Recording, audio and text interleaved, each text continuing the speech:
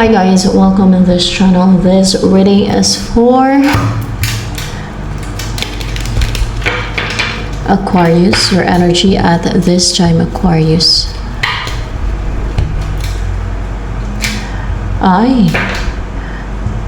You're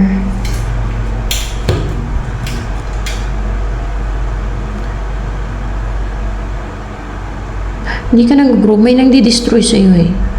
And you're starting a new beginning in your life, a new cycle na positive na. Yun. Di ba, mag-umpisa ka naman ang buhay mo na positive. May nandi-destroy sa'yo. Kaya walang growth sa buhay mo, or kung kaya, pwede din na hindi nag-reach out sa yung person mo, hindi mo magawa makapag-reach out sa person mo, or hindi naging consistent yung mga relationship mo, or hindi ka consistent sa mag-inumpisan mo, ganun. Kasi may nandi-destroy sa'yo. But there is a new beginning, no? You will start a new beginning, a new cycle in your life na positive ka na, hopeful, and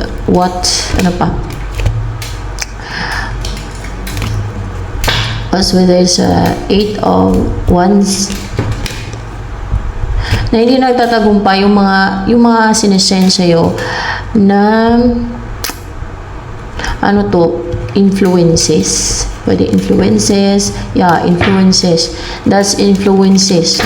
May mga nagsisend sa'yo ng influences para direktehan yung buhay mo, para influensyan yung isip mo, yung buhay mo, mga decision mo. Yan. Hindi na yung magtatagumpay yung mga nagsisend sa'yo ng influences. So, what's coming sa'yo sa buhay mo? Itong babalik. Ano itong babalik na to sa'yo?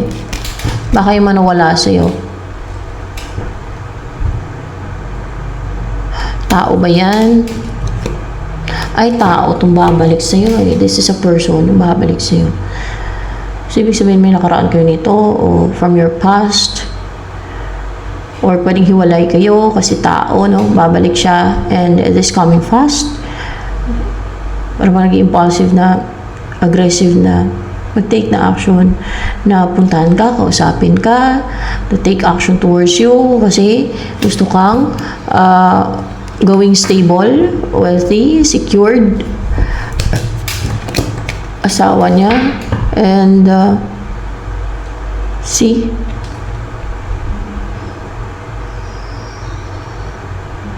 talagang positive siya and passionate and excited pa, driven by excitement na mag-take na action sa'yo kasi hindi niya mapigilan, hindi niya makontrol, o hindi niya na kinokontrol, hindi niya na pinipigilan yung sarili niya, no? Na mag-take na action sa'yo. The Magician in reverse. There's a new beginning kasi hindi na ma-manipulate, hindi na kayo makontrol, hindi na umipikto, hindi na tumatalab, or hindi na gumagana yung ginagawa sa inyo ng mga magician, yung mga evil magician, like that. Yung mga gumagawa ng mga demonic, yan, mga magician. That's why there is new love, blessing, or new beginning na umpisahan mo, or kung kaya makapag-umpisa na kayo ng relationship, and there's possibility talaga na makapag-umpisa na kayo ng relationship, no? Kasi what's with us 8 of Pentacles here in reverse, kasi nagiging attached na to sa yung person mo, naging emotional, nakaramdam na siya ng yung malambot yung puso niya sa'yo, magaan yung loob niya sa'yo na importante ka sa kanya, kasi hindi na nabibigay sa kanya, o hindi niya na na-receive yung mga sinesend o binibigay sa kanya ng iba na mga, kagaya na itong magician, yung sinesend sa kanya ng magician, no? Ng mga evil magician. Communication. Kasi what's with the Death card here?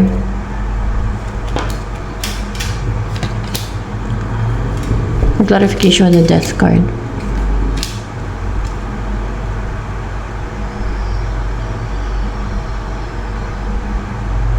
Hindi na kasi mapangharang ito eh. Itong mga gumagawa ng yung magician dito. Bakit kaya? Bakit kaya? Isa lang or marami silang magician? Bakit?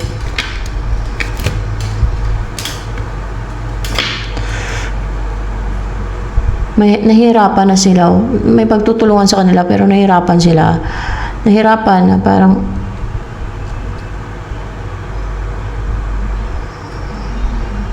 maring nagkakasakit na yung magician, yung evil magician. At puno ng baggage and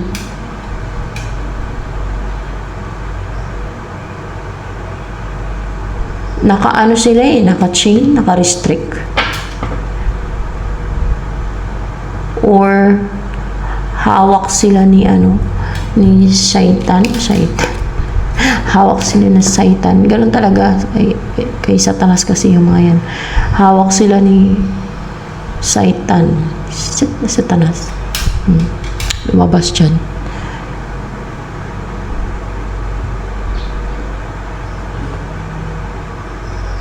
Hindi lang ba isa yung magician yan gumagawa? Alam ko, ganyan. Isa lang siguro yun.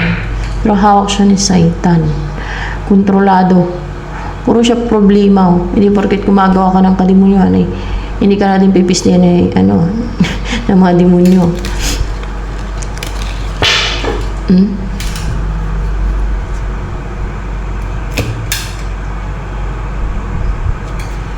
Tingnan mo itong magician na to. Kontrolado ni Satanas yan. Magician na yan. Pero nahirapan siya. Kung kaya hindi nyo na maramdaman yung na left out in the cold yung isa't isa. Hindi na yan makapangharang yung evil magician na yan. Ibig sabihin, hawak na siya ng Satan. Patay na siya. Tingnan natin. Patay na pala siya. Namatay ang evil magician. That's why hawak ni Satan. Kasi makukuha niya talaga yung kaluluwa niya kasi ganyan ang gawain. Ano pa ba?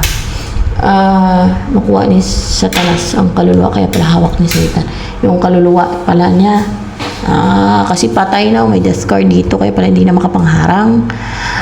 So yun talaga ending talaga ng mga ganyan guys.